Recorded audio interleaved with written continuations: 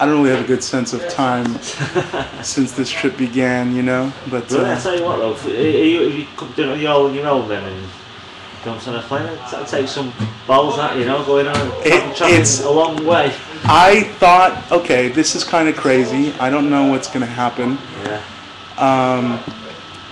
And I would say, even in my like initial hesitation before the trip of thinking, well, so I had some initial kind of cerebral hesitation, just kind of like, this is probably going to be pretty intense. I'm doing a lot in a little time, and it's going to be stuff I've never seen before. And really, I don't know a lot of the people that I'm going to be staying with. And And then what ended up happening was I got on the plane to Germany, and for the first stop from the U.S. And when I was on the plane, I thought, oh no, there's no turning back. But I was like 35,000 feet in the air when I had a mini attack of homesickness, and I've never felt that before because I'm always within a few hundred miles of home. I've never really lived anywhere other than home for longer than a week, like a vacation. Where did you call home? Well, I was born and raised in San Francisco, yeah, and then I live currently like 40 minutes of a drive south from San Francisco, which is in San Jose, and you can sit everywhere except for there. Oh, sorry. Just kidding, I'm kidding. It's not new to me, so I'm just like, you know. I'm messing with you because you came late, you're already off your footing and just pushing one over. Is everyone else here from Bolton? I'm from East Manchester. Oh, right, from Blackburn. Oh, you're from Blackburn, so you just come from the other side. Yeah. There's kind of like an Eiffel Tower-ish thing over there, right? Yeah. I don't know if we'll have time to see it tomorrow, but it'd be pretty cool to go up and see the Oh, do you mean Darwin Tower? Is it not called Blackburn Tower? No, Darwin Tower. It's not. You're not missing out. To be honest, it's kind of a dodgy place. Really. Oh, but I guess I got to tell you the rest of the story. So 35,000 feet in the air. I'm homesick. I've never felt like this before. I was getting real emo, and just like, oh no, what do I do? And I'm stuck in a plane, and I can't go back. And I'm like, well, as an adult, you just got to accept reality and move forward, right? That's what adults do. And I opened the window. I was in the window seat, and I could see England underneath. There was not a cloud in the sky. It was just these little pinpoints of orange light from the cities. And I could actually look out and see the whole, like the ocean, and the everything was like, I could see the horizon, and it was slightly curving because we were that high up. You could see the curvature way out in the distance of the earth. And the sky was even blacker than the ocean. And I was just like, this is cool. Hopefully this is the first of, I mean, after I sat speechless and dumb for about, 2-3 minutes, I said, this is going to be the first of hopefully many great experiences on this trip. There are going to be some negative ones for sure, but let's keep pushing through. And I arrived in Berlin, and I got lost for the first 3 hours. It was awful, but I met my first host group, and like this guy and this girl, they're amazing. Berlin is a crazy city. They made homemade food, just home cooked meals. It was just really, really welcoming. And so ever since then, it's been mostly like, I'd say priceless stuff. Priceless stuff. I mean, like, how many times am I going to have the opportunity to do something like this? Or how many people can really even say, like, I'm going somewhere halfway around the world to meet somebody I never met, and stay at their place. Yeah, so. You got some guts. Yeah, I will say it's a little more like I just didn't think it through. And, I found myself, in a situation where I couldn't turn back. So that's not necessarily a bad place to be though sometimes. Yeah, your comfort zone. Yeah. So you've been staying with most of the people you teach online and over the internet. Is that where? Yeah. So some of them have been taking lessons from me on Skype, and some of them are just also people who know my channel, and that's about it. Right. And I've never spoken with them face to face. Like I have no idea. Sorry, do you mind if I just get? It's just a wife. She's not at all. Yeah, that's the one. I've just come over from Accrington. We won't talk about Accrington. Near Blackburn. And I was with a bunch of mates, and they were like, right, we're going out soon. And I was like, right, well, I'm off to Bolton for a bit. Yeah, and you get explained. Why are you going to Bolton? I'm going to meet a guy from America who does radio songs on the internet. Right, okay. Alright, so we'll see you later on. Yeah, alright, yeah. I did say, I was like, anyone fancy it? And they were like, what's going on? What are you doing? We'll leave you to it. We'll leave you to it. Yeah, I mean, I remember the host in Paris, his name's Emile.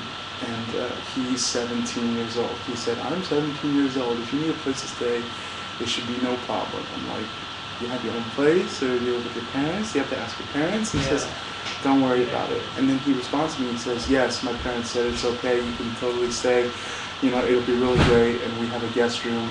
You know, the three of us don't even feel like we fill this house up at all. And I'm like, okay, so I just came, and they were so cool to me, and I'm like, how did you explain to your parents what this thing is, you know, like this is, it's just kind of hard to explain, you know, sure, you know, there's somebody coming over from America, and I never met him, but yeah, it was just, I imagine it was the same, it was the same feeling, yeah, I guess we'll do it, so it means a lot to me that you guys came out, you know. It's a very small journey for us compared to what you've done. It's true.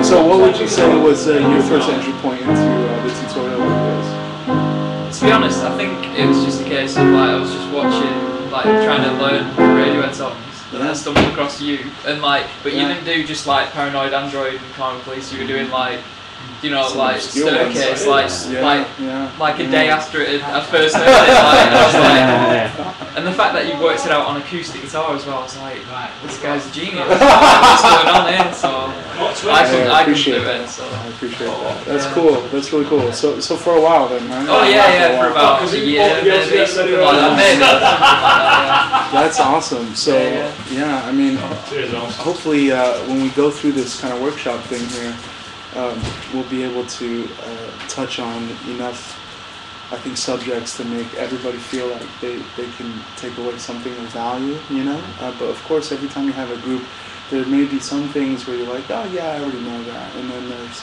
other things where, oh, maybe I didn't know that. And somebody else next to you will be like, next, keep moving on.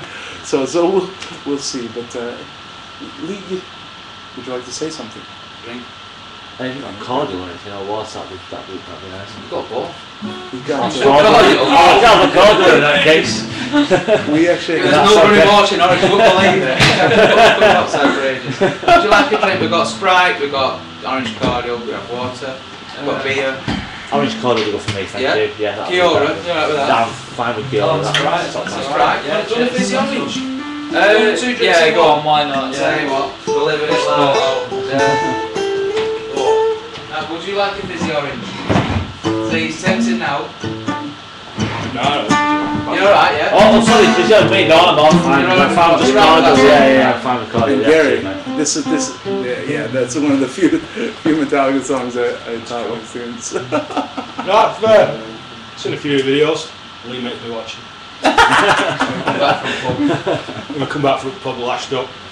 Oh, we did this with Warren, this, that, and the other. Yeah. So I thought it'd be rude if I didn't come and see you and attend. Cool. I'm sure I've got lots to learn.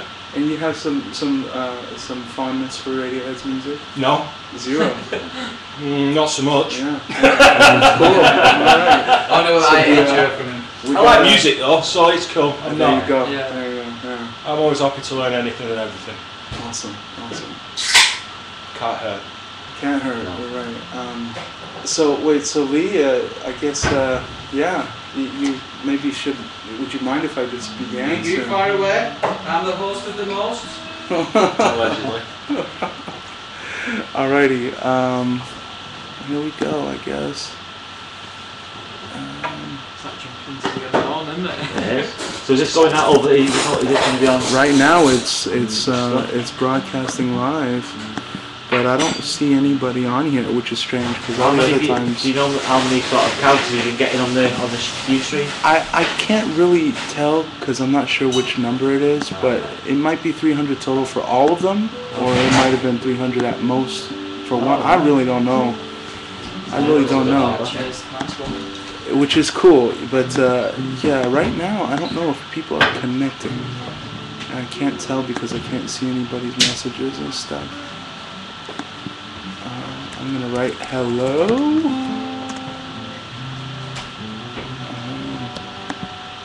Oh, Talia, yo, oh, bunch of people. Hey, Zen Runner, he bought my CD. Fort Myers, hello, 15 people where? Oh, 15 people in the chat. I can't see how many people the people talking. Yeah. So by the way, I'm talking to you can't hear them, but hey guys, thank you for joining, and we'll just begin here right quick. So basically what I wanted to do to start off today, it's just an empty little, tip jar or whatever, but to start off today I would like to kind of explain, first of all, my name is Warren, I'm from San Francisco, which is, hop, skip, and a jump away from here, and this is 1, 2, 3, 4, 5, 6, the sixth stop on this kind of fun little European adventure that I've been having, and so this is so cool to just come to a city that I've never been to, and all of a sudden, like, here are some people who are excited to spend some time together. I think that's awesome. So today I'd like to kind of explain a little bit. Yeah, that's great. Woohoo! Fancy. Well, you are. I just put this in the. No, just keep it in your hand, please. Giving me a hard time. What do you think it is? But so I wanted to explain that there's going to be sort of a 4-part thing. It may not feel like 4 distinct parts. I sometimes ask myself, am I doing work or am I playing? And it's hard to tell sometimes. It may be the same with the workshop, but the first thing I'd like to kind of introduce today is just my story, a little bit of my story, my musical journey, and then eventually, number 2 thing I'm going to jump into is just my philosophy on music and how to learn music. And number 3 thing is I'm going to do a demonstration. I don't know if you guys have seen the previous workshop streams, but I'll explain when I get there. It'll be pretty fun and interactive. Yeah, and so thank you, Lee. That's for me, huh? Yeah. Host with the most. And number 4 is I'm going to do some basic teaching. So it's not just going to be me talking the whole time. Maybe not as much playing guitar as you might have expected, but we'll get to that eventually. There's something else I was going to say. So those of you who have followed my channel, that's most of the people in this room, I guess. I'm a real big fan of this guy named Warren on YouTube. He's impeccable. Now, but most of us in this room realize that there have been some Radiohead songs that kind of just get played live, some club in LA or some place on the East Coast of the United States, or debuted somewhere, and the same night or the next day or 2, 3 days, 5 days after, I'll post a video on how to play it, and I'll have every part note for note usually, right? I guess you guys would notice when you play it, what the heck, it sounds right, and that's, to me that's not necessarily remarkable, but I think from maybe your perspective, I guess the reason for that maybe being a special thing might be because the wealth of tabs that are wrong out there, and the fact that people take loads and loads and loads of time before they put anything up online. And there are songbooks from bands that people like, and they buy these songbooks and the instructional DVDs, none of which have anything to do with the band themselves. And how is it that I kind of can take what I hear and bring it to life on my own instrument, or even break it apart and reinterpret it and put it back together and adapt a piano song for the guitar. And there's a lot of stuff that kind of goes into what I'm talking about, but I'm going to try and simplify everything as much as I can into a couple basic things. And by the end of tonight, you're going to know a few takeaway things that you can actually do practically to kind of put yourself on sort of this journey, if you can find that it helps you, in some way. I think people enter into music different ways. My entry into music was actually piano. I was like a 3-year-old kid in preschool. Do they have Montessori schools here? No, Never heard of it. No. We don't even have schools. Kids just walk around and Probably not. causing trouble. Some floor.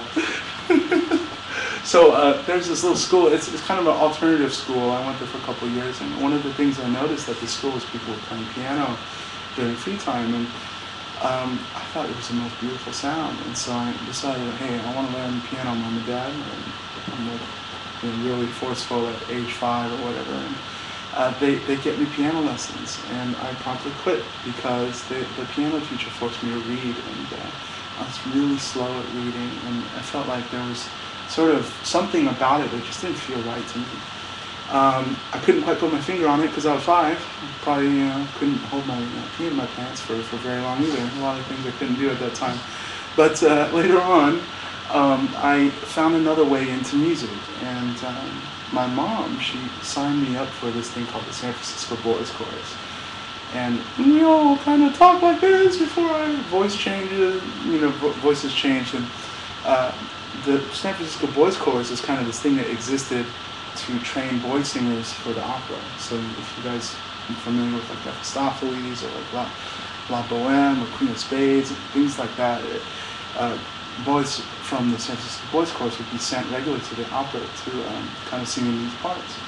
And the training was intense, very intense. So we would start in this beginning choir and intermediate, and then we get to concert chorus, which is the advanced one. And we would sing in these 4-part harmonies. There would be soprano 1 singing the melody usually, and soprano 2, and alto 1, alto 2. I don't know if you guys have ever been in a choir or in church. When you sing in harmony, there is something very, very beautiful and yet extremely challenging about singing in harmony, because you have to negotiate where you fit within kind of the 4-part thing. And there's 4 voices and they're singing a chord essentially. Alto 1 and soprano 2, right in the middle, they kind of have to negotiate where they're supposed to be. And the top one's kind of easier and the bottom one's kind of easier. But in the middle, they're really tough. So I learned a lot about kind of how to understand relationships between low notes and high notes, and how to kind of figure out where I'm supposed to be. And they introduced this idea of pitch, kind of do, re, mi, fa, sol, la, ti, do. These hand signals, and they would make us sing. And so all of this started to kind of form sort of the basis for kind of my entry into music. And I got really into drums for a little while, and all of that basically I threw out the window one day when my brother came home. My older brother, I just want to be exactly like him. Your older brother, you look up to him. He had this guitar, and I thought, wow, he's not around. Let's see what's going on here. And so I didn't have a guitar teacher, but I did understand from the boys' chorus that we're singing these chords. Some chords sound sad, we call them minor. Some chords sound kind of pleasant, we call them major. And there's a certain way to make them. They're built. They have these relationships. And you play this. What's going on here? And then I started playing. That sounds like a perfect fifth. There's not there. There's a minor third. There's a fifth. And there's an alternate. We got 3 E's and 2 B's. A G. You guys have laughing because I sing song all the time when I teach. This is kind of silly, but I feel like it helps reinforce pitch. I'm not trying to defend myself or anything for something silly. But E minor, there it is, okay? E minor, and that was the first chord I taught myself on the guitar because I understood relationships, okay? And here we are, so that's my story, okay? I'm self-taught on the guitar. Some people know that, some people don't know that, but I'm completely self-taught on the guitar, but I had a lot of musical training before that. You see, there's some seeds kind of forming this foundation that I ended up putting guitar on top of. And you know what, even though I quit piano, eventually, as you guys probably know, I found my way back into piano. I'm probably not as good as I could have been. You see these 6-year-old Chinese kids on YouTube. They put everybody to shame. But, I still love the instrument. I still get to it every now and then. It helps me kind of shift perspective musically. I love the piano, but for the most part, musically, I'm pretty much self-taught after that. So here comes my philosophy in music. So like I said, it's all about relationships, right? So music is, if you really think about it this way, okay, in this kind of approach, music is high notes and low notes. And it's kind of major chords, which sound like this, and minor chords, where the middle note is a little bit dipped. And we talked about a little bit of theory there, chord theory. And it's long notes and short notes. And there's silences, and then there's, stuff. And so, that's not a very technical word, but musically, there are these contrasts and relationships, and if you can begin to devise some way of almost kind of transcribing these types of differences that you hear, or find some way to organize what you're hearing in the music, you can begin to pull out some very, very useful things. 3 useful things when you're learning a song. When you teach yourself any song, when you're learning a song from your mate, and I don't say mate, but we're in Manchester. You're learning a song from your mate, you're jamming along, and somebody's playing a little blues riff, and there's something you can pull out of that in order to play back to them, and to know that it's going to work before you even track the first note. And those 3 things are melody. Melody is a beat. Harmony. I'm going to walk around this next. And let's hope this doesn't leave a mark on your wall. Yeah, let's sort that. Okay. So these are the 3 things. Now, if you listen to, let's talk about maybe a couple Radiohead songs. Throw them out. Some of your favorites lately on repeat. I'm sorry. Maybe you can do on Metallica, but I might not know Metallica as well. Radiohead songs? Yeah. Paranoid Android. All right. Here comes the melody for Paranoid Android. It goes. Please could you stop the noise? I'm trying to get some rest.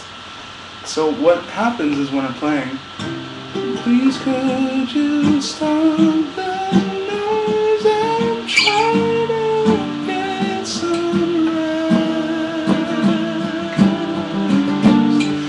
So what I'm doing is I'm going, please could you stop? You hear that? Please could you stop here? It's the first note. It doesn't matter where.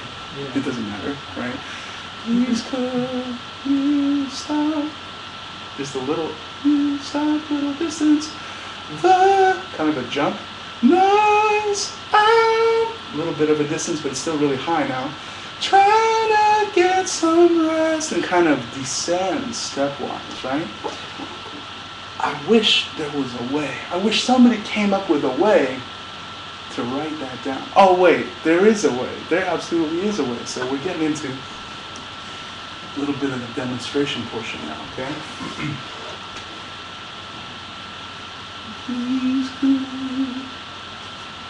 you stop the noise? I'm trying to get some rest. What on earth is this hieroglyphic chicken scratch code here? Lee, maybe you can, yeah? You're on the spot though. I didn't prepare you for this. In your own words, what's going on? Well, the numbers and the scale.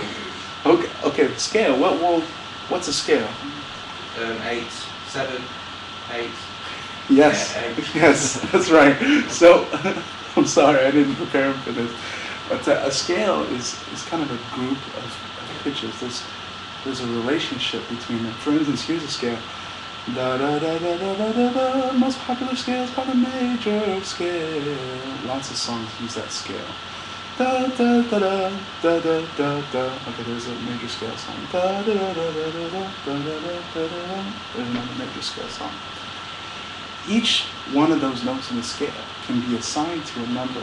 So the numbers are just degrees of the scale. It's a degree of lowness or a degree of highness. And the cool thing about it is each one of these numbers is going to start to sound like and feel like something the more you use it. So in that same way that people use do to teach me computer training, do is the home note. Please could you stop the noise, I'm trying to get some rest. That doesn't sound like the song's finished. Da, da, da, da, da, da, there it is. It kind of sounds like it's more finished. Does that make sense? Yeah. If I went da da da da da da da da, it would kind of sound more finished. Does that make sense? So one starts to feel like home, and then the other notes start to kind of go up and up and up. Now you don't need to understand exactly why I'm writing these types of things, but for me, this is my system for writing down melodies. And I do this so much that I actually just do this in my head, and I don't even write stuff down. But that's kind of the melody for Paranoid Android right there, okay? So what that means is this. Here's how I'm going to explain what's going on. So for 1, 2, 3, 4, 5, 6, 7, 8. This is the major scale. So for these numbers here, if you look at this, if that's my C, if Paranoid Android is in the key of C, doesn't really matter, but we just pick the right note because that's the recording. The C, if C is here, anybody who's done a little bit of piano and done a little bit of reading knows that if C is right here, this is D, a whole step away. Anybody familiar with C and D? C and D are just right next to each other on the piano. Also the same on the guitar. This is a whole step away, known in Europe, I think it's a tone. Tone, tone, semitone, tone, tone, tone, semitone. And what's a semitone? It's just a smaller distance, right? Okay? So I see some nods of recognition. So if this is a D, 2 is your D, 3 is your E, 4, oh shoot, 4 is your F, sorry about that, 5 is your G, 6 is your A, 7 is your B, 8 is your C. Now, B, C, E, and F, they're just semitones away. They have no black keys in between them. If you look on the piano, you can look right over there if you like. But on the guitar, we don't have the luxury of black keys and white keys, visually helping us navigate, major scale. But that's a good and a bad thing, because that kind of frees us to play the notes that are in between without really treating them as inferiors or superiors to the other notes. So what is all this saying here? What all this is saying is, this melody that I hear in the song, if I hear this correctly, we can translate that directly to note names. We can translate that to kind of an understanding of relationships between their ascending, down, descending. Yeah? Okay, so it's going to go C, C, D, 3 flat, E flat, G, A, B flat, B flat, A, 6, 5, 5, 4, 3, let's go to number 3. So before I even play it, I can kind of know that it's going to be correct without even C, everybody acknowledge that's a C on the guitar. I'm not cheating here, okay? Now C, D is next, correct? 5, 3. Okay, forgot where I was.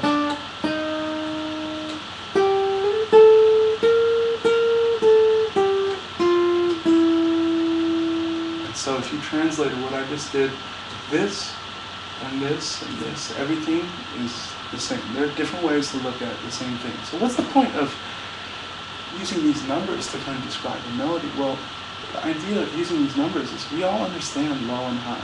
We all understand relationships. So if we can use numbers to begin to scratch the surface of a song that we like, we can get dangerously close to teaching ourselves how to play any melody on the guitar.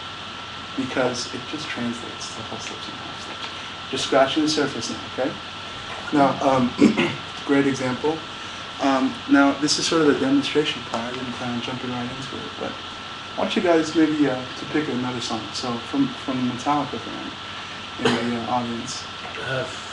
I'm not very familiar with Metallica. We have never met before tonight. Is that correct? It's magic show. Yeah. There's nothing in the guitar. There's no plant in the audience right now, right? You've known this guy a lot longer than me. So just any song from Metallica that maybe has a melody. Suicide, yeah, nothing else matters. That's an easy one. Nothing else matters. It doesn't have to be easy. You don't have to go easy on me. No, it's an easy one for everyone else. Great. Nothing else matters. Metallica. Yeah? Yeah. So I'm just going to go ahead and click on it. Is this the right one, you think? This official music video original? That'll be the right one then. So what I'm going to do is I'm going to pull something else from this song. I pulled the melody out of that song. I'm going to pull the harmony or the rhythm out of this song. We'll see which one is going to jump out at me first. I always go with the easiest thing first. It's not Black Magic.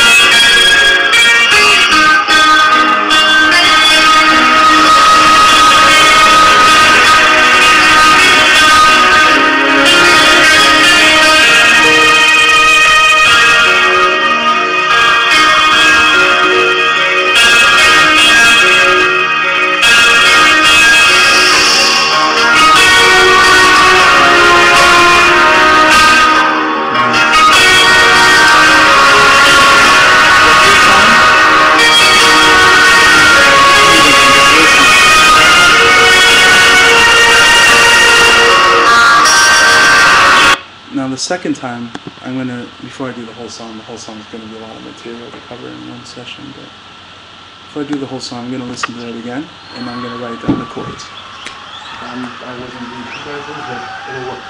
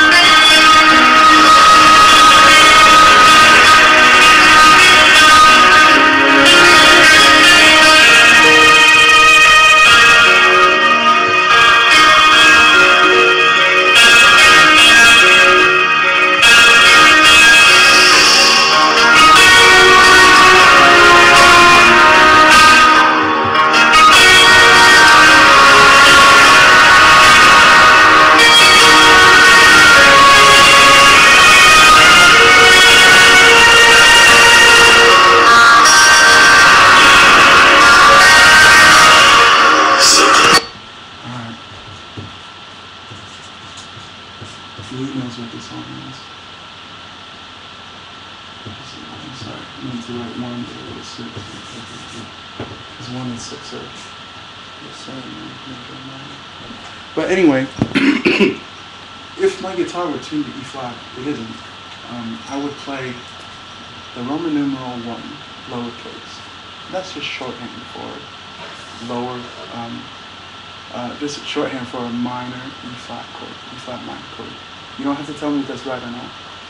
E flat minor 4 times, E flat minor again, and then you kind of switch before the 4th time, you go to this A flat minor twice, and then you do a C flat minor, which is also known as a B, depending on what key you want to look at it in, and then a D flat major. These are all major chords. They're uppercase. You can see that. This is just my shorthand. Back to the original chord. I'll play it. Different key, but it'll work.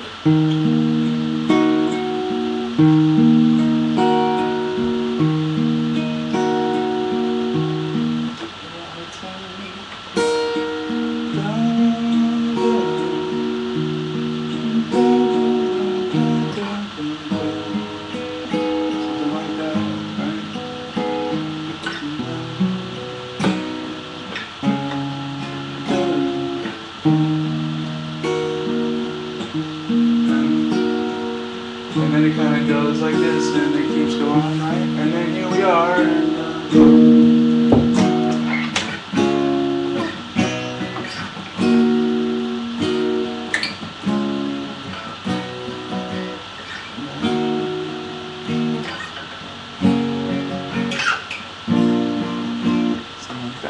now we'll turn to the person who suggested the song. What do you think about that? Full credit to it, it's not far away at all. Not far away. Not far away Obviously, from the clearly, original. he's not tuned to the E standard. He's tuned down to E flat standard, right? Now, that's not the exact finger picking pattern or whatever, but if I played along with them, there wouldn't be anybody covering their ears. No, and saying, that's all. that's awful. That's not compatible, right? I can, do it again, but in the interest of time, I'll just do the cool part.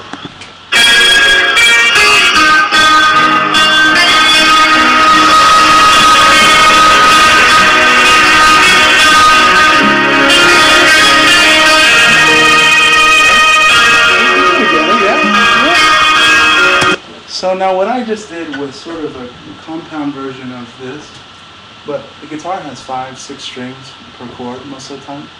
So you imagine, instead of listening for one singer, you're listening for 5 singers. Each string is a singer. Does that make sense? And then you try and kind of reassemble it. So what I did is I heard what he was playing, I reassembled it into an idea, which is just a minor chord. It's very common in music, minor chord, major chords. There's only 2 types of chords in this song. This is why you say it's simple.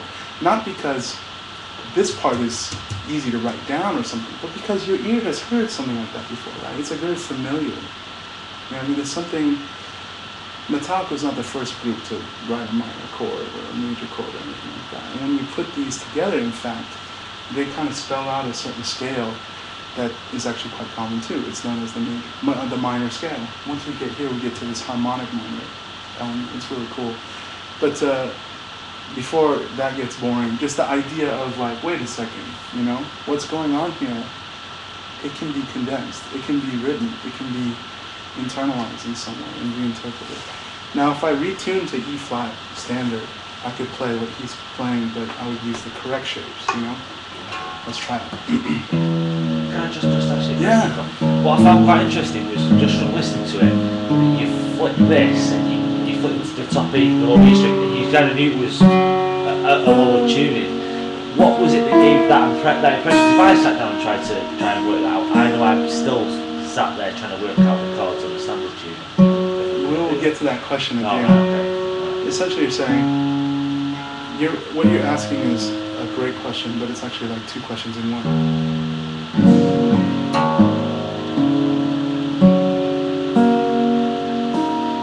So instead of doing it way up here like I did before, I could do.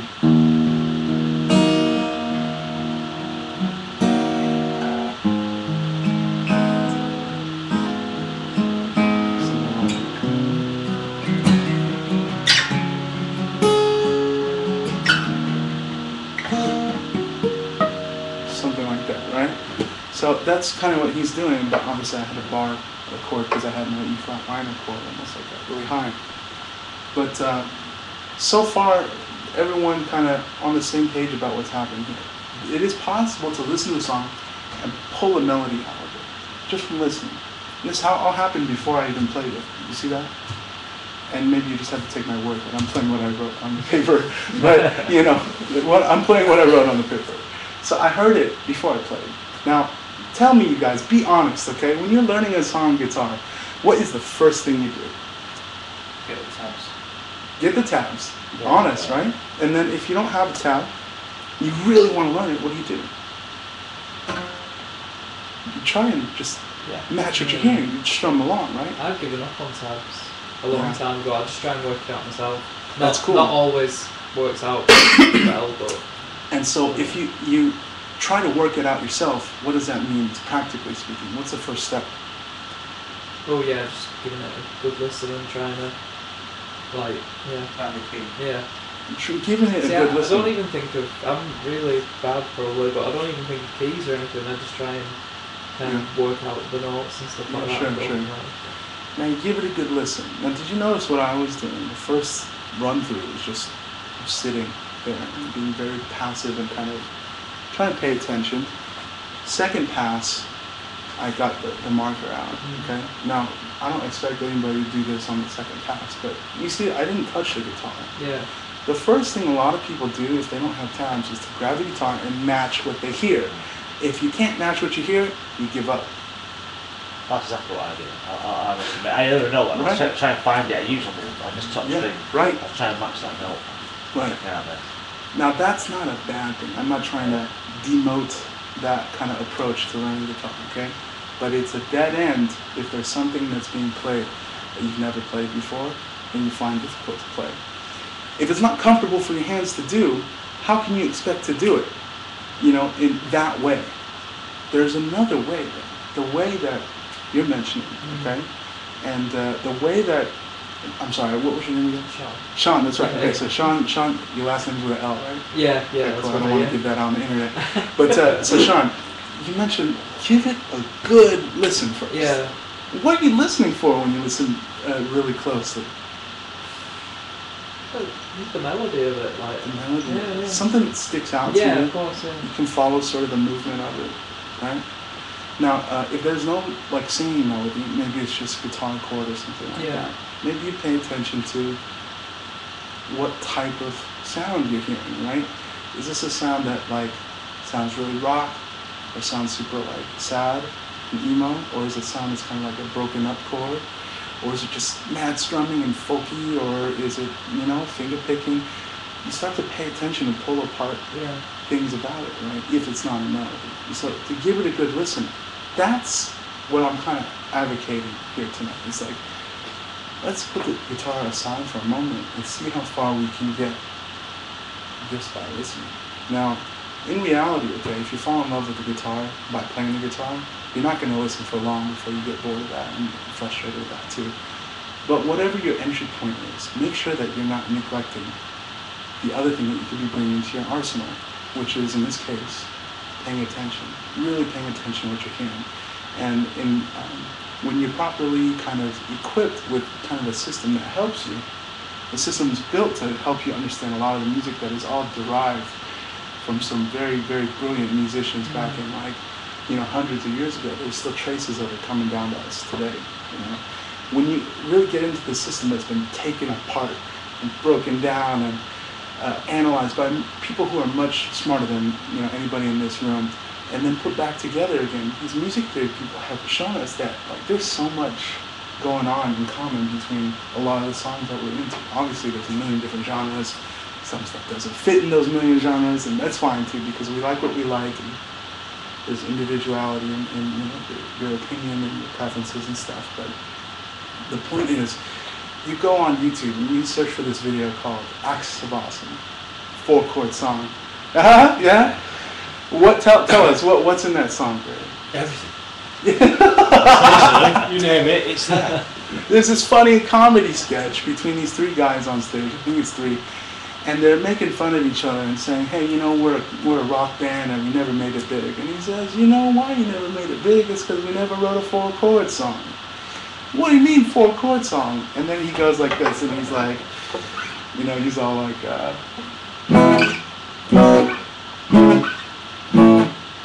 and already I'm playing that, and I'm sure you guys can kind of feel like, with or without you, I don't know what it's like playing an Irish song in Manchester. Maybe that's a taboo, and I shouldn't be doing that. Irish band that doesn't practice. Is it an Irish band or? You too. Oh, Yeah. You too. Sorry, but I hate you too. So, anyway, yeah. but there are a lot of songs, not just U2, but that video had everything. It was kind of scary how many songs use the same chord progression. So maybe the music theory people are onto something. You know what I mean? Okay, so we pull the melody out of the song, pull the harmony out of the song. Okay, can someone give me some kind of maybe drum-driven song, a rhythm-driven song that they enjoy?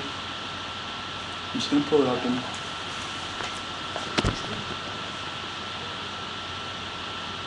Tip of the tongue right here. I can give you one straight away. Well, like Idiotech. Idiotech. The driven song. Oh yeah, for sure. Idiotech. Man, you had to challenge me, huh? Yeah, sorry. Is there a particular version, like an album version? I don't know. Let's take the album version then, I guess. And I will pull it up on my iTunes because it's right here. We can go with something else. No, that's really, fine. that's probably really cliche of me to No. Only a Radiohead fan would like be self-conscious of like a cliche musical choice. Okay. So for the non-Radiohead fan in the room.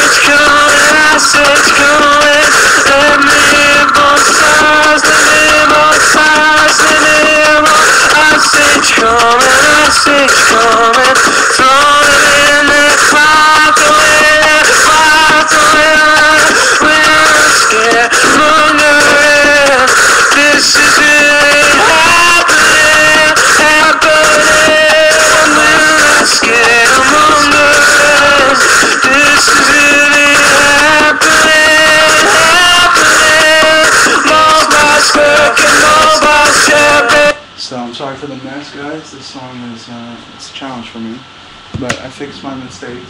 And the rhythm is 4 beats in this song. It keeps cycling, 4 beats. If you guys hear the song, it's 1,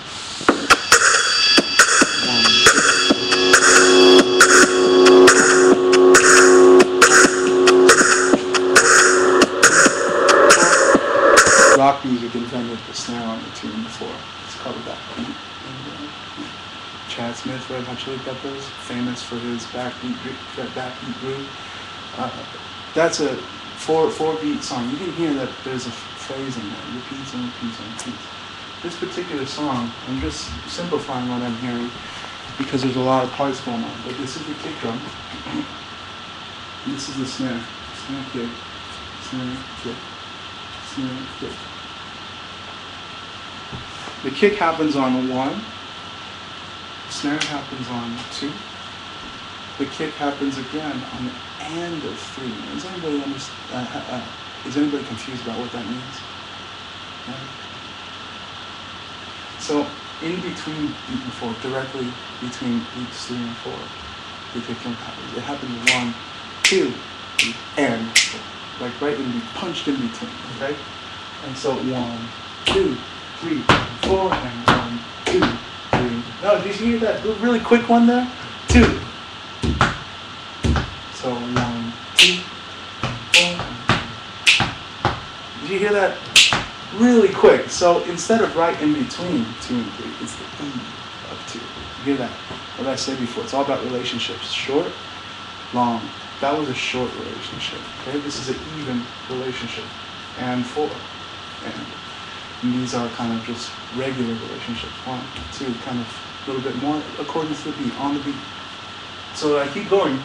1, 2, 4, 1, 2, 3, 4, 1, 2, 3, 4, 1, 2, How does that sound so far?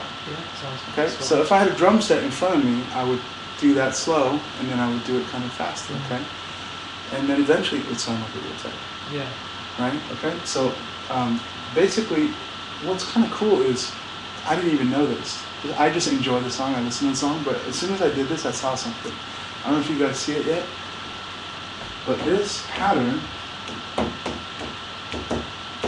repeats right here. This is repeated right here. It cuts 6 beats in. And then it's going again. 6 plus 6 is 12. How many measures of snare kick, snare kick, snare kick? We have 3 measures. 3 times 4 is 12. So over 12 beats, you hear the same beat actually leak over the floor. I don't know if you guys ever feel that when you listen to Idiotech. It's like, I've always felt that, but I never really realized it until I just analyzed it just now. It's like really cool. But 1, 2, 3, 4, 5, 6. 1, 2, 3, 4, 5, 6. 1. You see that? Yeah. So it's almost like there's 2 extra beats every time, but it lines up again every 3 measures. So I could have called this 4. I could have called it 6. It doesn't matter. The important thing is that we see what's happening in the song. The important thing is that we have some way of representing visually what's happening in the music. We pull the rhythm out of Videotape. We pull the chords out of, I'm sorry, what was it? Nothing else matters. Nothing Else Matters. It's a great song. I've heard it many times. I never knew that that was the song. Guitar teacher, that's awesome. Pull the melody out of Paranoid Android, okay? Now, if I did all of these 3 things out of one song, you know Paranoid Android has chords and a rhythm. You know that Nothing Else Matters has a melody and it has a rhythm. And you know that Idiotech has some harmony and some melody. If I did all 3 of those elements of one song, okay, I would get the essence of the song. I'll show you what I'm talking about, okay? I've never done this before. This is going to be really weird. This is going to be really weird. I've never tried this before. This is very ambitious.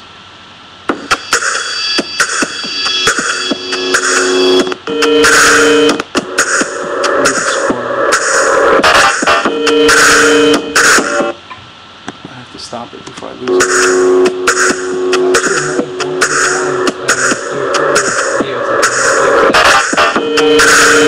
He does it really well.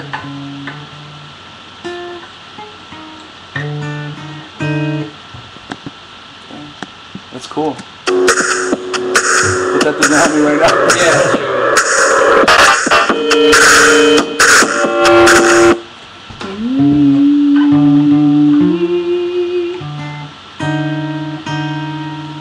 That sounds awful, doesn't it? It's on purpose, right? They did a sample and they looped it. I heard about this song.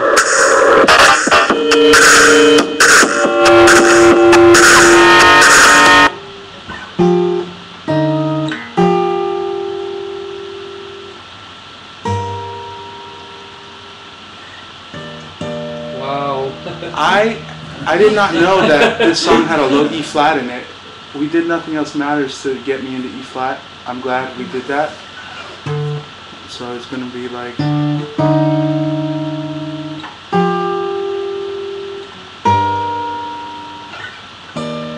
Now I'm gonna do something real quick, hopefully on this like online drum machine. No, it's not gonna work on a drum machine.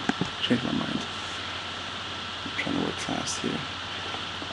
The online drum machine only has 4 beats. By the way, there's an online drum machine. There are many of them. They're free. And so anytime you're trying to figure out what's going on in the song, you don't have a drum set. It doesn't mean you can't try to program this grid. You can use graph paper. You just do this. You see on my wall. Oh, your wall. always looking for a moment to make it snappy in my mind. And the grid paper, okay, each box, it's just a unit of time. I didn't create that. It's called the Tubbs notation system. Some very smart ethnomusicologist came up with it.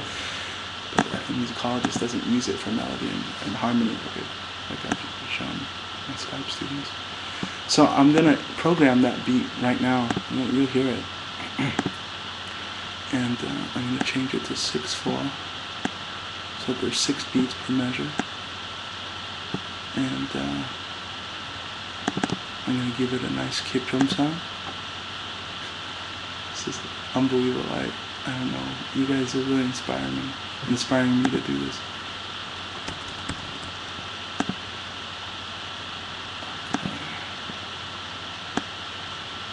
Okay, dropping that sample in.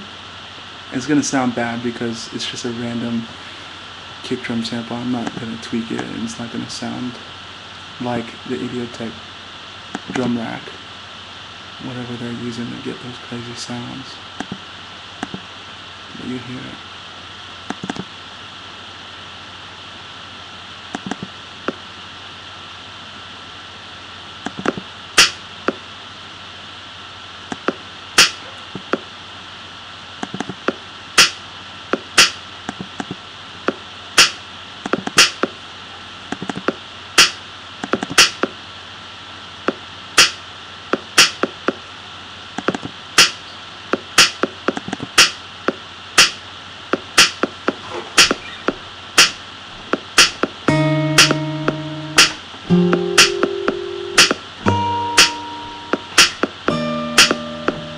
This is like a slow version. I'm gonna go faster a little bit. I don't know what the tempo is.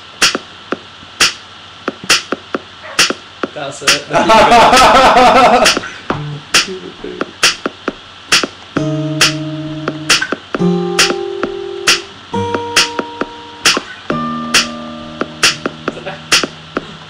Prefer this version already. That's blasphemy in the church already. Oh, you mean to the acoustic one that you heard? Yeah. You know, not try to compete, but you know.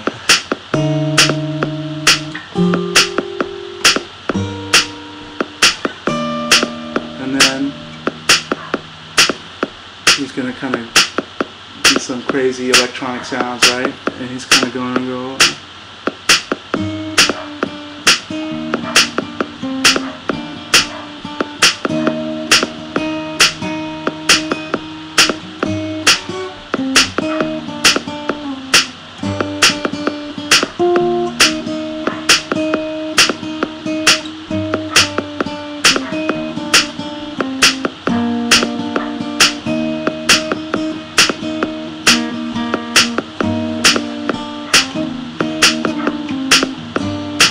Get some add harmony in there.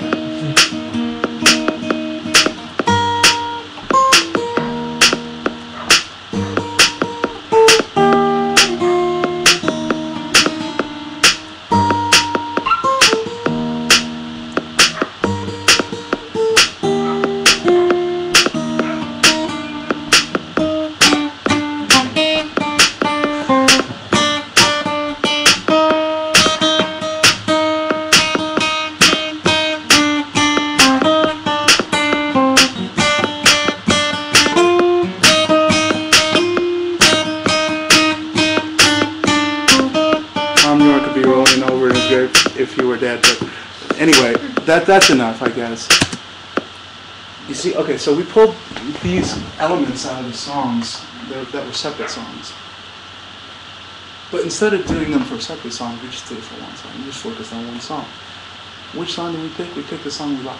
You know, you go to a guitar teacher, they have a certain kind of like, hey, what do you want to learn? But then they also have usually some kind of set of things you should learn. And, you know, classic songs, by all rights, you should learn, you know. Sheet music, tabs, there's all that stuff. But the way I'm advocating is a little bit different. The way I'm advocating is that the song itself is going to teach you everything you need to learn. But are you going to be a good student? You know, you can have a pretty bad student and the best teacher in the world, and nothing's going to happen. But the song, what I mean by the song is the teacher. The song is the teacher because the song will never get tired of playing things for you. It'll even slow it down for you if you download this program called Amazing Slow Downer. It'll take it down 20% of the original speed without changing the pitch. The song, you can listen to it and loop it again and again and again, and it'll never, you know, grow frustrated with you. It'll never say, you have a bad ear. It'll never say, you know, like, here, you need to, oh, the power's not on. Can you help me with that, Lee? Oh, thank you so much. Powerful. Oh, there you go. Okay. To the people. So the teacher, in this case, it's a passive teacher because you're not going to interact with them very much, but it's kind of a perfectly passive teacher. If the song has everything you need to know at that moment, which it does because you like the song, right? Wouldn't it be best to learn how to start by listening than to just play? Just play, play, play. Wouldn't it be awesome if we understood the differences between 1, 2, 3, 4, and then the ands, and then the e's and the uhs, and just train ourselves to hear those little idiosyncrasies. And wouldn't it be awesome if we understood the difference between a major and a minor chord? Just learn for one day, like, what are the differences between them? How do they work? How are all major chords major chords? How are all minor chords minor chords? What ties them together? What makes them distinct? Wouldn't it be awesome if we learned songs that were based on this scale and then slowly maybe altered 1 or 2 notes to get some of the weirder songs that we like? Metallica, they use some weirder stuff. They change some of these notes, and it's great. But you gotta start somewhere. And there's a reason why the piano has the white keys play these notes. It's because somewhere down the line, people in the Western world decided, it sounds good. You know, let's write music using these white keys here. And the only reason the black keys and the white keys coexisted and the tuning system got kind of the way it is today is so we could continue to change keys and to modulate and do fun things like that. And that's how you get all this crazy inspiration and experimentation that we ended up with, you know, in our current state of music, where everything's influencing everything, samples and effects and styles and improvisation and genres. It's an amazing time, and the point of like kind of all that is like it's sort of the best time to learn music right now than ever before. You know, the point in history we're at, it's like people used to do vinyl half speed to learn a guitar riff. You know, pick up the needle and turn the record back, drop the needle and listen to the same riff over and over again. That's how people would learn. I have nothing against that. But it's so much easier now with a piece of software. It's not hard to jam with the drummer, and maybe a drummer you can't interact with here. But you saw I made that beat in like a couple minutes, right? You know, what is stopping anybody from, other than the time and the commitment, right? To really dive headfirst into the world of music, you know, and just swim around. I like it here, you know? I'm checking out this stuff,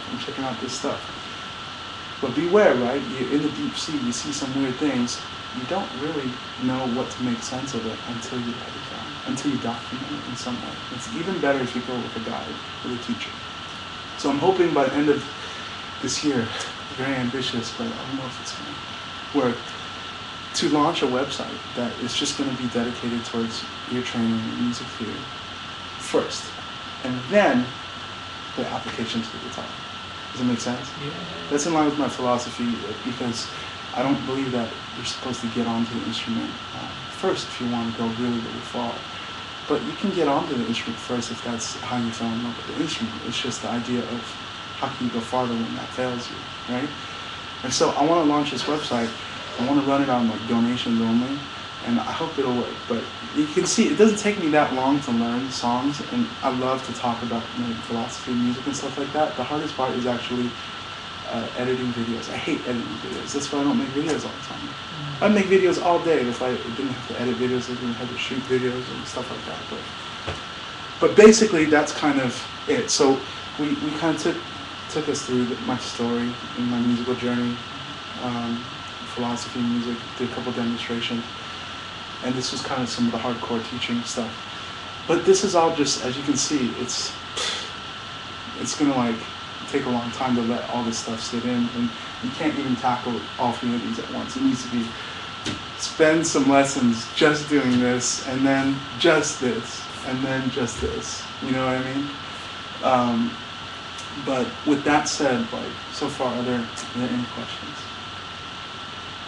quick one on the rhythm. When you said you noticed that repeat, I understand because I kind of hear it, the rhythm repeating over that 12 bar sequence.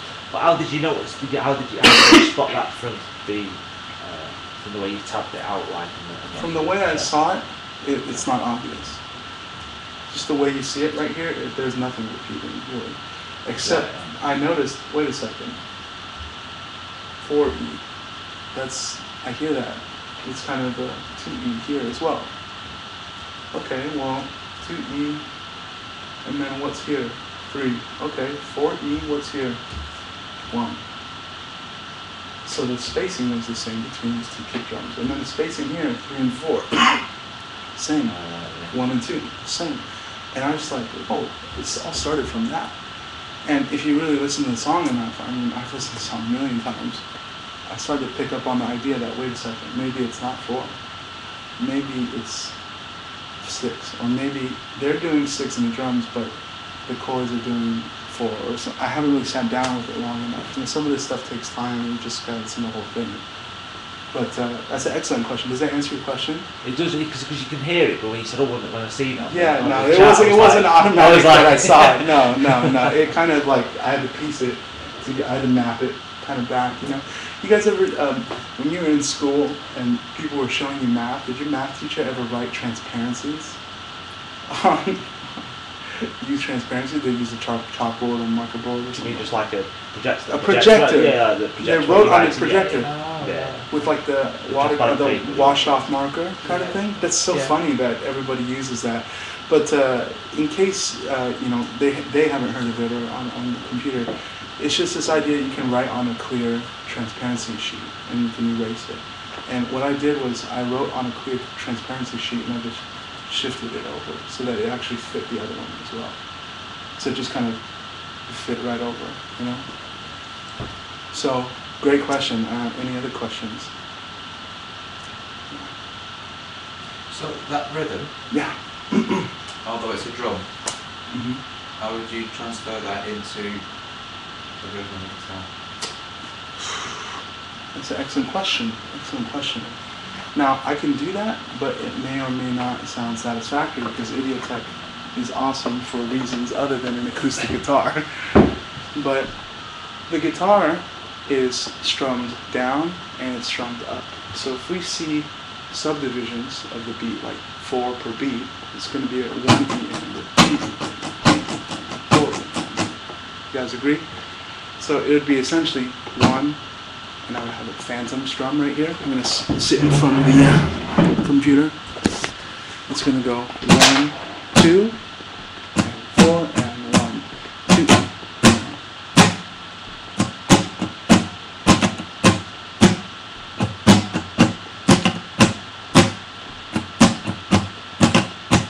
So this is not just drums, this is rhythm. It's more universal than a drum machine. Makes sense? It's just a representation of what's happening rhythmically in the drum. These are all representations that can be transferred to any instrument, like any harmonic instrument can play these chords. Obviously a saxophone can't do that. Yeah. But you know, a piano could do this. Saxophone can do this, guitar could do this, singer could do this. A choir could do that. When you hear that song Creep was done like a cappella for that movie Social Network. Yeah. And people thought it was like really, really amazing, and I'm like, that's not, it's just Creep, you know? It's not like someone wrote this amazing song, they just did this, you know? And maybe it's, you know, my own attitude problem. I wasn't able to appreciate it that way, but it's the idea of like, chords are universal, whether they're on guitar or sung. They share music. They're both musical, you know. And if we have the language to describe it, that interpretation, that communication between the two parties can happen. Yeah, excellent question. Any other questions? Gary, what are your thoughts so far? Excuse me. Fascinating. I like the idea of being able to put the melody out, finding the root and then working your way up or down from it.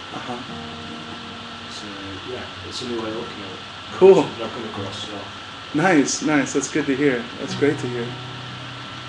Yeah, I was not sure about, because like you came into this room and like some people already liked my channel and stuff, and you didn't know me, so I'm glad you found something of use to you. That's cool. It's all been useful. Cool, very cool. Yeah. So I definitely like the idea of like what you're saying, just listening to it first and trying to pick out the intervals between the chords rather than not getting too strung up if it's a C chord and I'm thinking of and I'm playing an E or you play don't worry don't about worry that about stuff. It's just listen to the relationship between and get the intervals. Once you find the first note, those relationships don't change. You can map a note to that note. You find out that I found out the song was in E flat, but I didn't care that it was in E flat.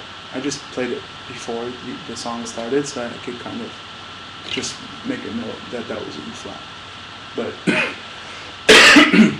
what I was really focused on, it was a minor chord on the root.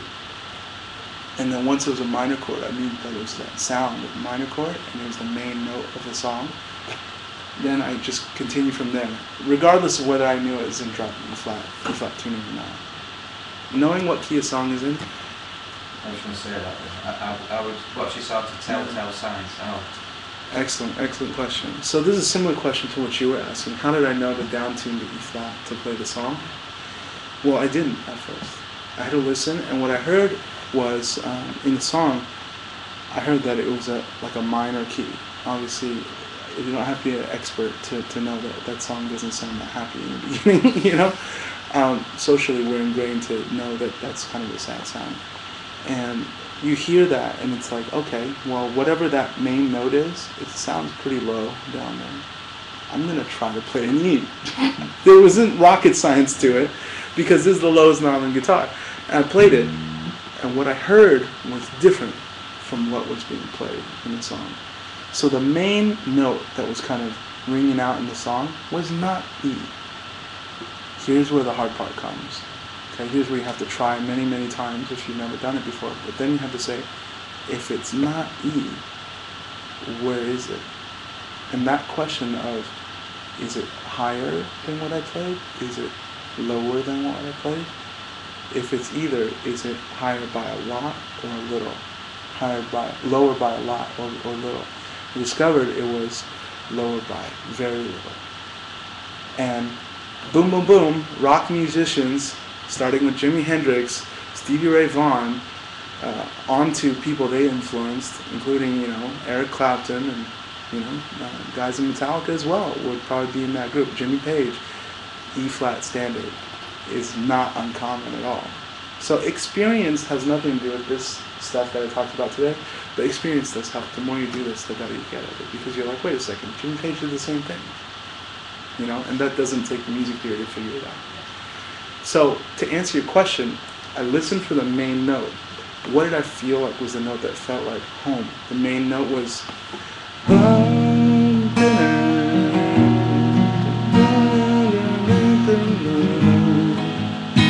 and if I ended right here, the song would sound incomplete. If I played here, would be incomplete.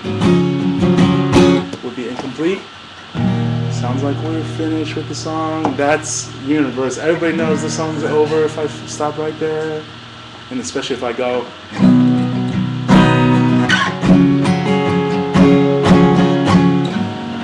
And everyone knows it's really, really dumb and slow down, do a dramatic finish and stuff. So some tricks you can use to convince people at the coffee shop that you're not some hack, So once you figure out the main note of the song, it didn't take me long to figure out, okay, well, if that's E flat, the rest is probably down tuned as well, so that'll make this really, really easy on me. Guitarists in that way, they're not hard to figure out. I racked my brain for 3, 4, 5 days straight. You saw how long it took me to do these songs. It wasn't that long. It took me the longest time to figure out Bon Iver, this one song called Holocene.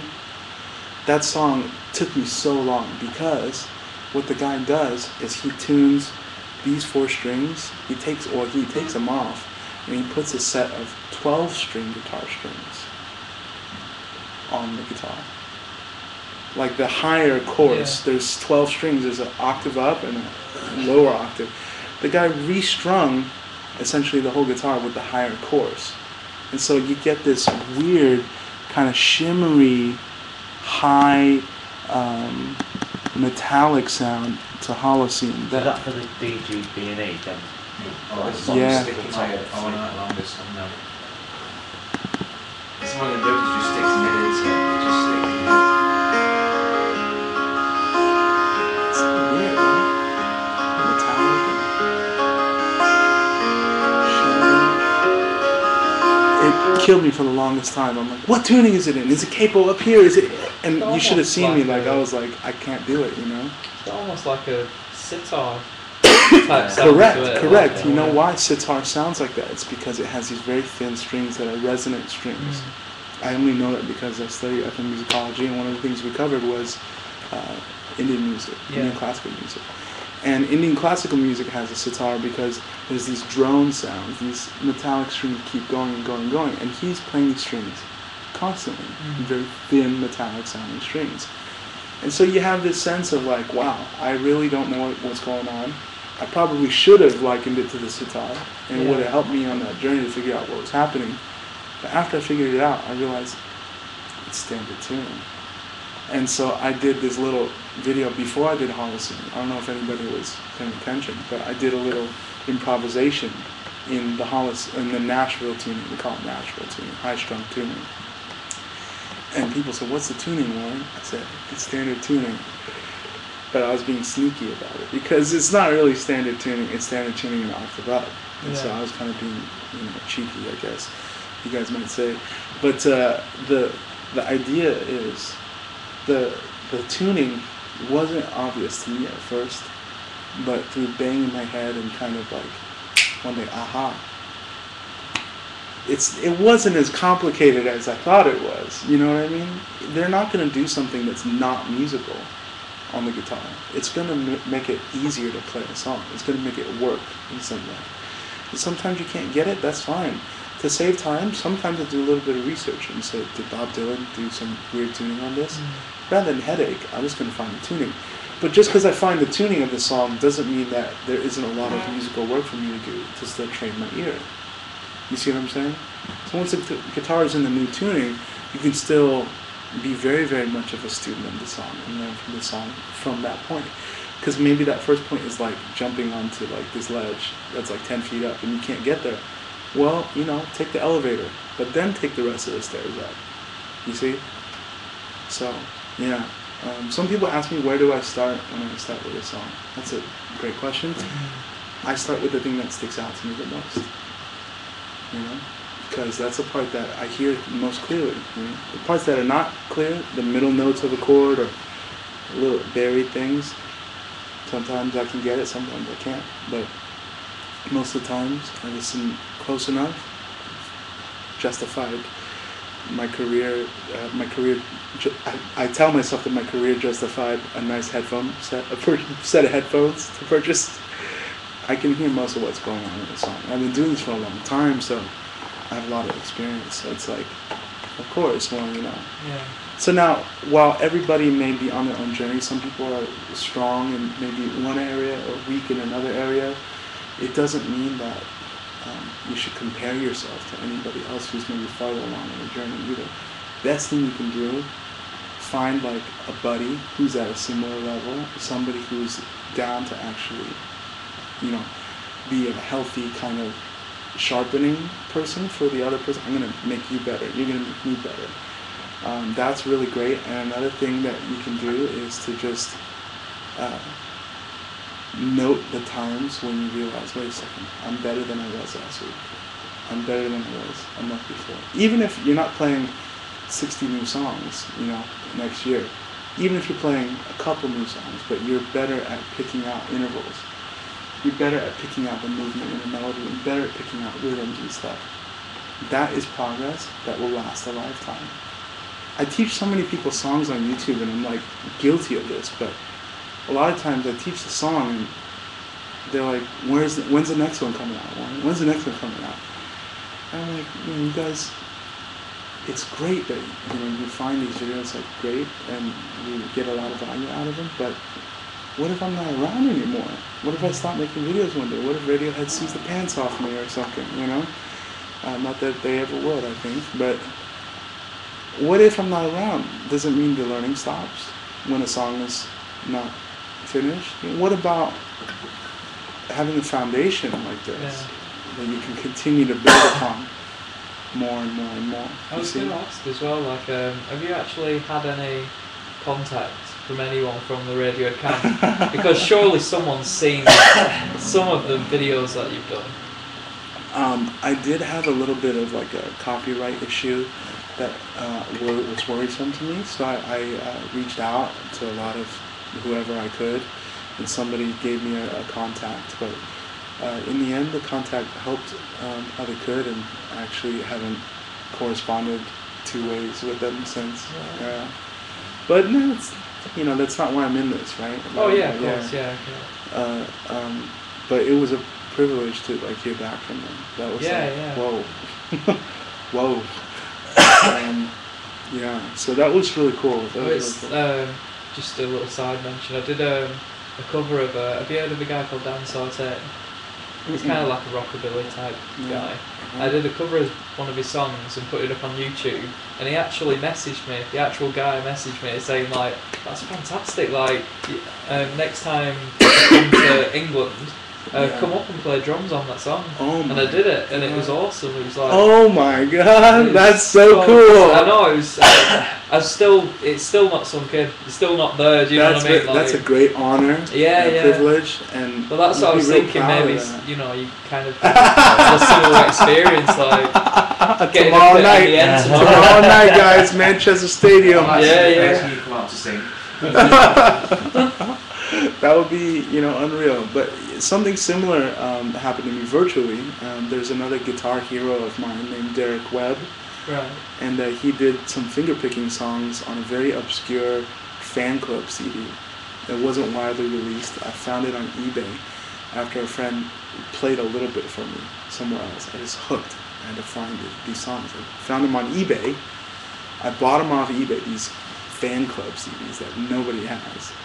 I listened to them and listened, and I studied them like crazy until I figured out the tuning that they were in. Once the tuning was there, then the rest was just walking up the steps after that big leap.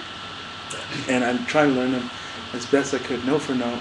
After I learned them note for note, it was like phrasing, nuance, the slides and the pull-offs and the hammer-ons and the loud and the soft and everything. It took me months, I'd say, to get to a certain point where I felt comfortable playing them in front of people. But even years later, I was still like listening to the original and it's like, wow, there is so much technique here. This is great. And eventually I just said, why not? I'll put these up on YouTube and share them with my channel, because it'd be nice maybe to share like what kind of inspired me to get better at guitar, especially because I love fingerpicking so much. And he found my videos and he said, oh my god, I have no idea how you found these videos, these songs, let alone learn how to play them, let alone note for note. Yeah. I'm sure I don't know how to play these songs anymore, so they're yours. And that's what he said. And I'm just like, I don't know what that means. Maybe that means nothing, but it's like, that's an honor to hear that. Yeah. I can't tell you how proud I was. I was like walking on air for like the next day.